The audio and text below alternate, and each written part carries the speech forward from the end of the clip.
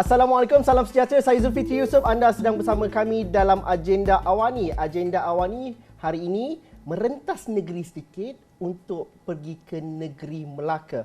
Melaka masyhur serata dunia 700 tahun dahulu kerana logistiknya, kerana kedudukannya dan juga kerana perdagangannya menjadi tumpuan dan juga tarikan masyarakat global pada ketika itu. Tetapi itu dahulu, kita mengetahuinya daripada sejarah. Kita bercerita mengenai kegemilangan Melaka.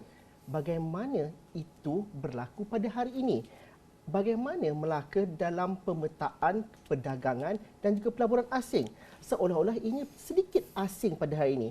Dalam konteks itu, Kerajaan Negeri Melaka pada hari ini melihat kepada strategi untuk melihat kepada Melaka Waterfront Economic Zone ataupun MWES yang dikatakan mungkin menjadi game changer dan sekaligus dapat mengembalikan kegemilangan Melaka itu. Saya cukup besar hati hari ini saya bersama dengan orang besar, Ketua Menteri Melakanya bersama saya pada hari ini. Saya bersama dengan Datuk Seri Utama Dr. Haji Sulaiman Mat Ali, Ketua Menteri Melaka. Terima kasih Datuk Seri sudi bersama kami dalam Agenda Awani pada malam ini. Kita bercerita mengenai kegemilangan Melaka suatu ketika dahulu. Dari segi kedudukannya, daripada segi aktiviti lautnya cukup hebat. Menjadi ancaman juga pada ketika itu dan juga sebabnya Melaka itu menjadi rebutan.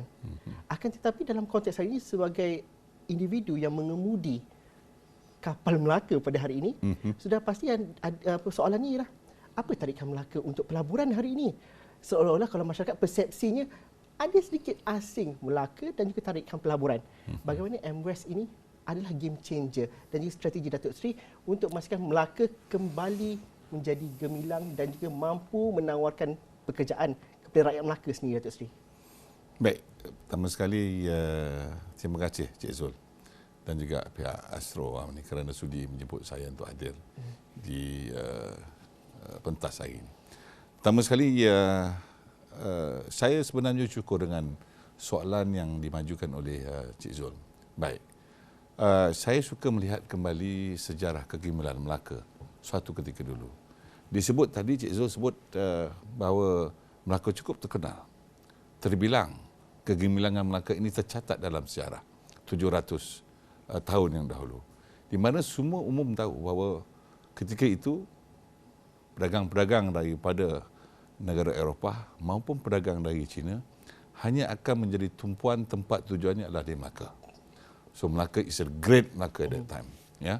Sebab apa? Sebab kemudahan serta kedalaman laut di Melaka itu sebenarnya menjadi tumpuan utama pada pedagang-pedagang yang datang di Melaka. Hari ini apa saya melihat Melaka itu sendiri kalau nak dibandingkan dengan negeri-negeri lain yang terdapat di negara ini, kalau saya bandingkan Melaka with Penang, Melaka dengan Singapura. Kalau kita lihat daripada segi geografinya, ketiga-tiga negara ini punya bentuk muka bumi yang sama. Dia tidak ada natural resources, ya. Dia don't have a mine activity, logging activity, kerja-kerja pembalakan tak ada. Tetapi kenapa dua negeri ini kalau dilihat daripada struktur ekonomi, mereka ini lebih jauh ke hadapan?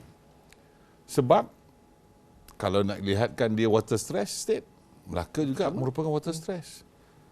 Singapura juga suatu ketika dulu pun sehingga ini dia juga water stress, ya. Kita terpaksa import air daripada negeri jiran. Pulau Pinang terpaksa import air daripada negeri jiran. Begitu juga Johor, begitu juga Singapura terpaksa import air daripada negeri jiran. So kenapa sehingga hari ini mereka lebih maju daripada Melaka? Sedangkan disebut tadi Cik Zul kata Melaka cukup terbilang daripada segi logistik dia. Itu sebabnya sebenarnya Melaka ini pada saya adalah umpama sebuah permata yang suatu ketika dulu cukup bersinar. Tetapi hari ini permata itu kian malam. Jadi saya telah melihat berbagai faktor daripada sudut hanya dengan ada pelabuhan baru maka sesebuah negeri itu atau sebuah negara itu akan maju. Kalau kita lihat kepada ketemadunan manusia, ia bermulanya di mana? Di sungai. Di sungai-sungai, di tepian-tepian pantai. Malah Kuala Lumpur ini pun lembah Kelang. Ya. Di lembah. Di lembah, duduknya di lembah. Sebab itu Melaka hari ini kalau saya lihat dan kita dah melihat sebagai sudut, ketika dulu my predecessor, Ketua Menteri yang telah membangun berbagai-bagai pembangunan yang ada. Melaka pada saya, the small state. Kecil je Melaka ni. Jadi we are very limited dalam pembangunan. Daripada sumbernya. Begitu juga dengan tanah. We are limited. Jadi bagaimana kita nak bangunkan di Melaka? Semua tanah-tanah sudah punya dimiliki oleh semua orang sekarang, rakyat Melaka. Adapun tanah itu kita biarkan untuk pertanian. Kita juga terpaksa membuat untuk pendastrian. Hari ini land bank untuk pendastrian di bawah Badan Kewanjaman Negeri Melaka sudah hampir berkurangan. Jadi apa yang harus saya laksanakan bersama rakan-rakan saya adalah mesti ada kerja-kerja penambakan laut. Jadi dengan ada penambakan laut ini, saya yakin dengan kedalaman, bezanya kedalaman laut kita yang ada ni, we have 70 km stretch pantai, shoreline dalam negeri Melaka.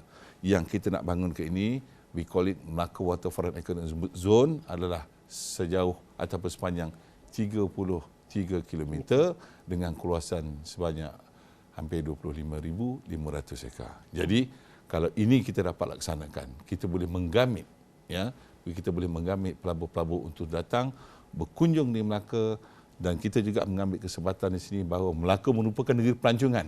Di sini dia juga kita akan bina produk-produk pelancongan yang baru dengan tawaran-tawaran ekonomi yang baru, insya-Allah. Datuk Seri menyebut mengenai, kalau kita lihat daripada fakta nombor, zon ini adalah koridor pertama pesisir pantai dari Tanjung Bidara sehinggalah ke Teluk Mas. Pembangunannya penambakan laut juga melibatkan hampir 6,070 hektar. Ini jumlah lebih besar daripada Putrajaya. Apa isinya? Bagaimana ia menjadi tarikan dan juga game changer untuk pelaburan dan juga pembangunan negeri Melaka? Baik, di dalam pembangunan MWS ini kita ada 5 nukleus, ya, yang mana di dalamnya boleh saya terangkum kawasan-kawasan pembangunan ekonomi. Maknanya zon pembangunan ekonomi, begitu juga dengan kawasan-kawasan tourism and residential. Begitu juga maritime activity. Semua dalam ni nanti lebih kurang 22,500 ekar yang saya sebut ni, kawasan tambakan laut ini akan kita bangunkan menuju ke sebuah negeri yang lestari, di mana kita mesti abide dengan segala menjadi sebuah negeri lestari ini, sebuah negeri yang mampan. Kita mesti mematuhi Sustainable Development Goal, SDG. Ada lebih kurang hampir 17 perkara. Jadi ini kalau dapat kita laksanakan dengan pengisian setiap pembangunan yang terdapat ada 5 kluster ataupun 5 nukleus ini, saya yakin inilah tawaran-tawaran yang dapat, tawaran ekonomi baru yang dapat saya paparkan besok pelajarannya. Mereka ini akan tahu apa tawaran-tawaran baru yang dapat kita bina di kawasan tambakan laut seluas 22,500 ekar. Pulangannya kepada rakyat sudah pasti peluang pekerjaan. Tetapi kalau saya tinggal di Masjid Tanah, saya tinggal di Kelebang dan sebagainya, adakah saya punya kampung atau pembangunan itu akan terpinggir dengan pembangunan ini? Bagaimana kita nak melihat sinerginya itu supaya kita tidak terlepas? Benar, tambak tanah ada kawasan baru, tetapi kita yang tinggal di negeri Melaka ni akan mendapat limpahannya. Ada kesan dominonya di situ. Bagaimana kita melihat perkara ini, Datuk Seri? Baik, okey. Kalau kita melihat keluasan negeri Melaka, one end to the another end, maknanya utara Melaka dengan selatan Melaka. It take you sebab 40 minit saja dah sampai. Kalau lebuh lagi MJ tu kan? Ya, it take you about 40 minit dah sampai. Di mana utara Melaka, selatan Melaka. Kawasan MWest ini, Melaka Waterfront Economic Zone ini, ataupun koridor tepian pantai yang saya sebutkan tadi, ini berbeza dengan koridor-koridor yang terdapat di negara kita ini. Di Malaysia ini. Kita ada NCER, kita ada ECER, kita ada ERDA, kita ada SCORE. Mereka ini di kawasan daratan. Awas di kawasan tepian pantai. Jadi tepian pantai yang nak kita bangunkan ini nanti, di mana telah dimaklumkan, diumumkan dulu bahawa the coastal highway akan melintasi sepanjang tepian pantai ini, melintasi MWest ini nanti. Jadi tidak ada mana-mana daerah-daerah yang akan terpinggir kerana apabila ianya dilaksanakan nanti, infrastruktur hubungan jalan raya yang dirancang sebelum ini akan melewati dan melintasi kawasan MWest ini. Jadi di Kelebang, kalau Cik Zul duduk di Kelebang, disebut Kelebang tu, kalau you duduk di Kelebang, it take you 5 minit, 10 minit sudah sampai ke tempat tu. Daripada orang daripada Tanah, daripada utara di Kuala Linggi, akan sampai ke tempat lebih kurang dalam 20 minit. Orang di Jasin, di Sungai Gambai akan melintasi kawasan itu dengan jalan raya yang serba lengkap, akan melewati MWest ini dalam tempoh yang sama, lebih kurang 15 minit. Ini projek mega, peruntukannya besar. Keupayaan kerajaan negeri untuk menampung kos. Dan bagaimana strategi itu kita lihat lebih besar lagi. Apa yang kita boleh faham daripada sudut itu, Datuk Seri? Baik. Memanglah kalau kita melihat keseluruhan kawasan dan keluasannya ini amat besar. Sudah pasti ia memerlukan kewangan atau semua kewangan yang besar. Apa yang kita laksana ini merupakan tawaran baru, ekonomi baru, ekonomi perniagaan yang baru. So, itu sebabnya kita akan lancarkan besok. Pada saya, kita mesti ada vision. Dan kita mesti ada target. Apabila kita tawarkan, sudah pasti besok yang datang untuk melabur itu adalah mereka-mereka yang mempunyai keuangan yang kokoh. Malahkan mereka ini mungkin daripada luar negara yang datang. So, saya fikirkan daripada segi keuangan tidak menjadi permasalahan. Sebab bukan kerajaan negeri yang mengeluarkan perbelanjaan itu. Kita hanya menyiapkan infrastruktur yang ada, ya. Tetapi mereka akan datang adalah mereka-mereka pelabur daripada seluruh dunia. Yang kita tawarkan jenis perniagaan baru yang kini akan kita lancarkan besok. Saya suka untuk tunggu esok apakah intipatinya. Datuk Seri mungkin boleh kongsi sikit sebentar lagi. Tapi kita melihat ini adalah pelan jangka masa panjang. Datuk Seri juga ada bercerita sebelum kita mula tadi, cerita mengenai plan strategik Melaka-Ku Maju Jaya. Itu 2035 nanti. Bagaimana berubahnya Melaka dalam plan strategik ini, itu satu. Dan juga bagaimana kita melihat cara pelaburan, cara perdagangan pada hari ini mungkin berubah. Dan juga banyak yang kita boleh lihat semula selepas COVID-19. Mungkin kita melihat negara jiran di Sumatera itu juga dalam perancangan ekonomi sebelum ini sering dijadikan rakan kongsi ataupun rakan strategik. Bagaimana dalam plan strategik ini dengan MWest ini, itu dilihat sama baik dan juga sama potensinya itu. Kerana mungkin daripada segi angka kependudukan mereka, daripada segi sumber besar di sana. Bagaimana kita boleh melihat itu secara strategik? Itu kita bincang sebentar lagi. Kita berhenti rehat seketika dahulu. Kita jumpa lagi dalam agenda awal ini selepas ini.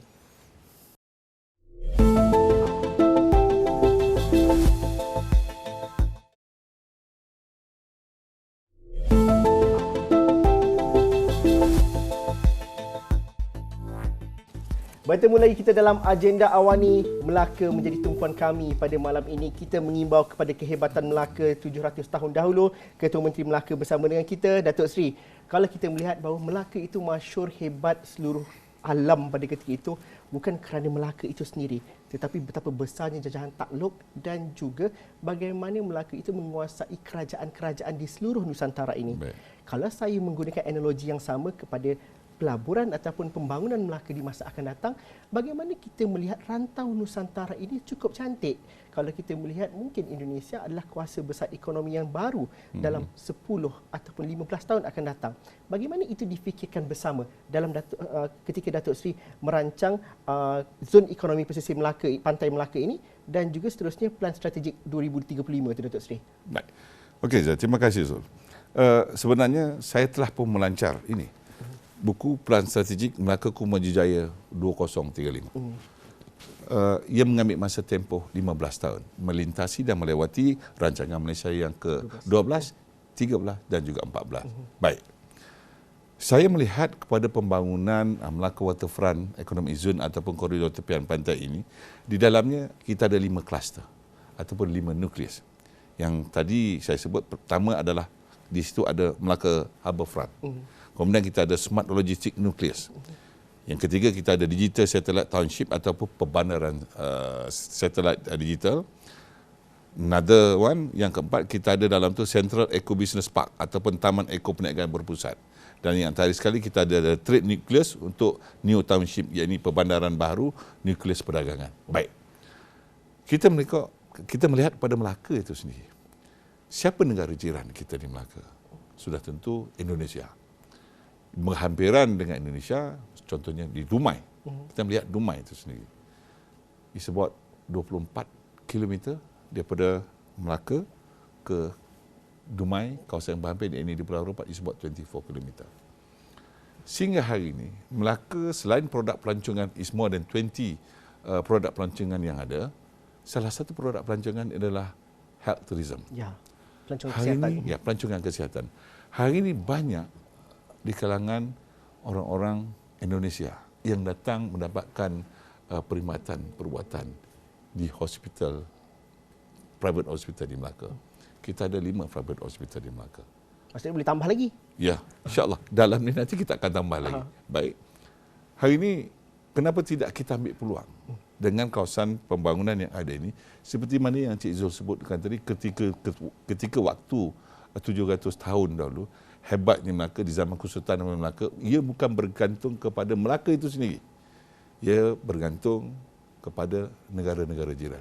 Baik, di Sumatera, for example, di kawasan Sumatera ataupun di Dumai, dia ada 5 juta penduduk di kawasan situ. Keseluruhan Sumatera ada hampir 60 juta.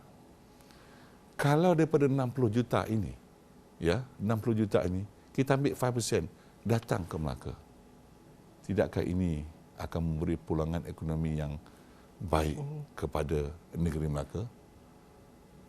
Kapal-kapal yang datang daripada Dumai dan juga Pulau Rupat, mereka yang datang untuk melancong, mereka yang datang untuk mendapatkan perkhidmatan, kesihatan, melainkan kalau nak dibandingkan mereka di Sumatera nak pergi ke Jakarta, jauh Zul.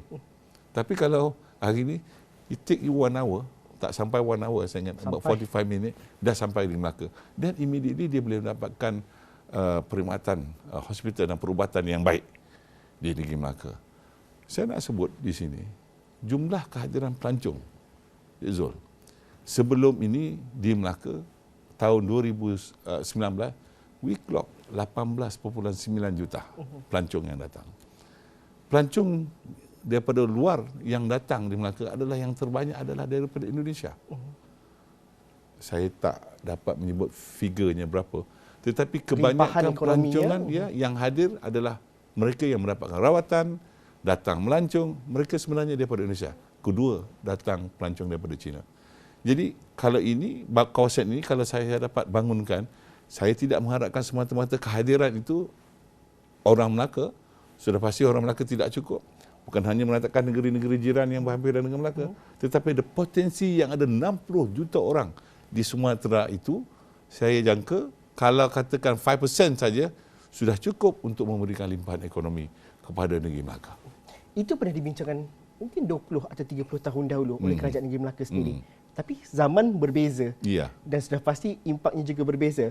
Tapi kalau Datuk Seri, kalau kita melihat, mungkin Datuk Seri tadi tunjukkan mengenai plan strategik Melaka Kumaju Jaya 2035. Mungkin 2035, apa perbezaan, apa matlamat akhirnya plan strategik ni kalau kita dapat fahami, Datuk Seri? Baik. Plan strategik Melaka Kumaju Jaya yang melewat 2035 yang melintasi 5 rancangan Malaysia, ya, 12, 13 dan 14. Dalam plan strategi ini lengkap semuanya. Kita ada 8 flagship, ya. Kita ada 8 flagship dalam ni yang mesti dilaksanakan oleh semua jabatan-jabatan yang telah pun kita arahkan. Mereka telah buat telah buat bengkel, telah mengadakan seminar bagaimana keadaan negeri Melaka dalam tempoh 15 tahun akan datang. Kita sudah ada roadmap-nya. Kita sudah ada master plan-nya. We have also the blueprint. Jadi saya yakin plan strategik Melaka Kumaju Jaya 2035 ini dalamnya terkandung dalam flagship at all spectrum. Pertama, zon pembangunan ekonomi ini sedang kita laksanakan kawasan tamak laut, pesisiran pantai. Kedua, pengurusan air yang mampan. Of course, banyak pelabur-labur, kilang-kilang yang ada seperti yang saya sebut tadi. Kita water stress state, jadi kita mesti perlu ada air. Kita mesti ada water basin yang telah kita rangka ini. Kita mesti ada coastal reservoir untuk menjadikan sebuah negeri yang lestari. Kemudian di dalam juga terkandung pembangunan yang bersepadu, sustainable development goal, 17 perkara yang mesti dipatuhi. Di dalam itu juga digital Melaka. Ya, kita hari ini dalam tempoh pandemik ini kita sudah mula bermasyarakat tidak lagi bersemuka. Betul. Kita berusaha melalui by virtual. Jadi ini mesti disiapkan untuk menjadikan sebuah negeri yang lestari. Kemudian saya sebut tadi peluang-peluang pekerjaan. Melaka negeri usahawan. Mewujudkan peluang-peluang usahawan. Peluang-peluang pekerjaan. Bukan hanya pekerjaan dan juga kita kena create usahawan-usahawan muda pada masa akan datang. Kemudian Melaka menjadi negeri pelancongan. Kita tidak boleh bergantung dengan produk pelancongan yang ada hari ini. Dengan kawasan tambakan yang baru ini, saya yakin saya di dalamnya juga terkena bagaimana kita boleh buat kanal di dalamnya. Macam Kalau Dubai. it's like Dubai, it's like Venice. So Melaka will be Venice of the East. Kita boleh naik gondola. Orang datang bercuti di Melaka. Why Melaka? Mesti ada produk-produk pelancongan yang baru. Di samping itu Melaka juga hari ini dalam plan strategik ini Melaka sebagai hub pendidikan. Di Melaka saja kita ada pendidikan, universiti, institusi dan sebagainya, kita ada tidak kurang daripada 22 di negeri Melaka saja. Sudah cukup menjadikan Melaka sebagai hub pendidikan. Dan yang terakhir, Melaka mesti sejahtera. Di dalam sejahtera itu, mesti ada perpaduan, kebajikan, kesihatan. Begitu juga belia dan juga sukan yang ada dalam. Jadi kalau 8 flagship ini dapat dilaksanakan, saya yakin Melaka akan menjadi sebuah negeri yang boleh bersaing dengan negeri-negeri lain. Dan selain daripada itu, di dalam 8 flagship ini tadi Zul, di dalamnya juga kita ada 8 Melaka Key Result Area, iaitu MKRA. Yang pertama adalah revolusi industri dan ekonomi. Kedua, kelestarian pembangunan dan kesejahteraan rakyat. Dan kita ada perluasan inisiatif pintar dan pemekasan data. Keempat, kita ada pembangunan ekonomi rakyat tempatan, pemekasan industri pelancongan dan pendidikan di tahap global. Jadi, this is the living document. Dokumen hidup. Tinggal nak buat dan tinggal laksanakan juga. Yes. Datuk Seri, Siapa saja pemimpin akan datang, inilah just follow blueprint. this one. Kalau nak tambah baik. Jadi, this is blueprint. Ini roadmap-nya. Kalau semua boleh ikut ni, insya-Allah apa yang saya sebut tadi akan dapat kita laksanakan. Datuk Seri, kita orang ni kat Kuala Lumpur dah lama tak dapat lintas negeri pergi Melaka. Kalau tak, dulu setiap bulan tu ada 2-3 kali pergi makan ikan bakar dan sebagainya. Tapi dalam pada itu, Datuk Seri menyebut bahawa kalau kita melihat kepada produk pelancongan, Melaka tidak boleh lagi bergantung kepada produk pelancongan yang sedia ada. Betul. Kerana kita tahu daripada segi saiz, ianya agak krem di situ. Betul. Kalau pergi Melaka pun, hotel daripada yang berbintang sehingga tak berbintang tak pernah cukup. Justru bagaimana kita melihat bahawa untuk tahun-tahun mendatang produk pelancongan bagaimana yang bakal ditawarkan? Kerana kita tahu tarikan Melaka bukan sahaja pelancong luar, tapi pelancong domestik sahaja. Sentiasa menjadikan Melaka sebagai satu pilihan utama. Tapi untuk memberikan tawaran yang baik, apa jenis game changer ataupun perubahan yang Datuk Seri rasa akan diwujudkan dengan Melaka, dan itulah sebahagian daripada strategi development itu? Baik. Saya suka sebut kembali bahawa Melaka ni ada nilai sejarah. Melaka di bawah UNESCO, the historical city. Baik. Kenapa tidak kita ambil peluang ini? Jadi saya juga telah maklumkan kepada semua rakan-rakan saya, produk pelancongan bukan hanya tumbuh di dalam Melaka. Itu sebabnya Melaka hujung minggu akan penuh orang, jam. Sehingga kan saya cakap dengan rakan-rakan saya, kalau nak tengok Melaka jam, saya kata datang hujung minggu. Jam itulah saya kata merupakan salah satu produk pelancongan. Orang jam pun orang datang juga, ya. Tetapi produk pelancongan tidak hanya boleh tertumpu di kawasan Melaka Tengah atau di Bandar Melaka saja. Saya dah mengarahkan, lihat potensi produk pelancongan, kita ada 3 daerah. Di daerah Jasin dan juga di daerah Lurajah. Soon kita ada satu daerah yang baru di daerah Masjid Tanah, iaitu daerah keempat yang telah pun kita tubuhkan, ya. Jadi the spillover ekonomi melalui pelancongan ini mesti dinikmati oleh seluruh rakyat di Melaka, bukan hanya tertumpu di Bandar Melaka Tengah saja, ia juga mesti dilimpahi rezeki ini daripada sudut pelancongan kepada distrik-distrik ataupun daerah-daerah yang lain. Melaka hari ini banyak masjid-masjid ini, contohnya pelancongan keagamaan. Masjid yang sudah lebih daripada 100 lebih tahun. Jadi ini harus diteroka supaya produk pelancongan ini mesti ada spillover-nya di daerah-daerah yang lain. Datuk Seri, itu merupakan salah satu rancangan. rancangan. Mentadbir Kerajaan Negeri Melaka hampir setahun lebih. Sudah pasti itu satu tempoh yang cukup sukar juga. Kalau sukatan ataupun measurement itu orang akan tunjuk berapa banyak pelaburan dibawa masuk dan sebagainya. Tetapi kita tahu pandemik COVID-19 juga merencatkan perkara-perkara seperti ini. Tapi Datuk Seri, kalau dapat dirangkumkan dalam lebih kurang seminit, setahun ini bagaimana maknanya kepada Datuk Seri sebagai Ketua Menteri Melaka, khususnya cerita mengenai pelaburan dan juga pembangunan negeri Melaka? Alhamdulillah. Masa muda saya dilantik menjadi Ketua Menteri 9 Mac 2020. Ini sudah diketentuan oleh Allah Subhanahu Wa Taala.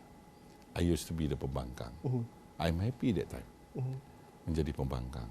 Iyalah, Allah bagi saya sepenggal menjadi kerajaan, penggal keempat dia kata, hey, you stop, now you become the opposition. Saya dapat merahsiainya.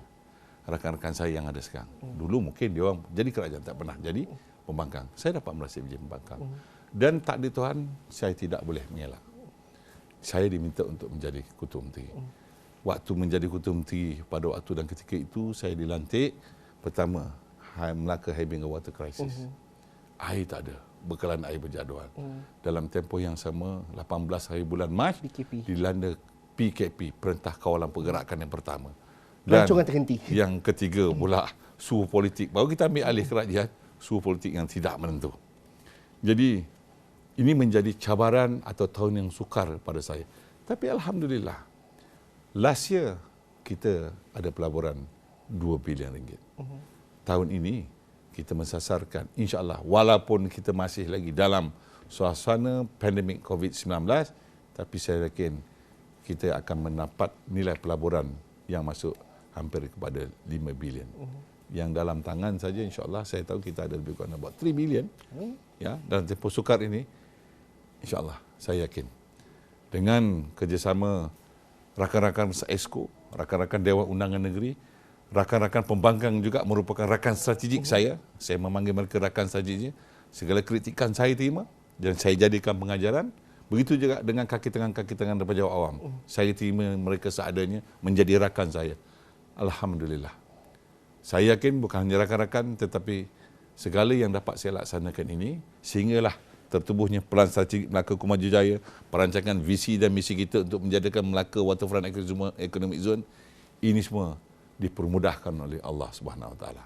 Jadi saya yakin insya-Allah tahun ini akan ada perubahannya menyentuh mengenai dengan nilai pelaburan. Terima kasih Datuk Seri kerana bersama kami dalam agenda awani pada malam ini. Selamat maju jaya juga. InsyaAllah. Agenda awani malam ini bersama dengan Datuk Seri Utama Dr. Haji Sulaiman bin Mak Ali, Ketua Menteri Melaka. Sekian saja agenda awani untuk malam ini. Orang Melaka, jika ada pandangan, ada cadangan, teruskan bersama kami di platform digital kami di astroawani.com dan juga di platform media sosial kami. Sekian saja agenda awani untuk malam ini. Assalamualaikum dan salam sejahtera. Kita jumpa lagi. Terima kasih.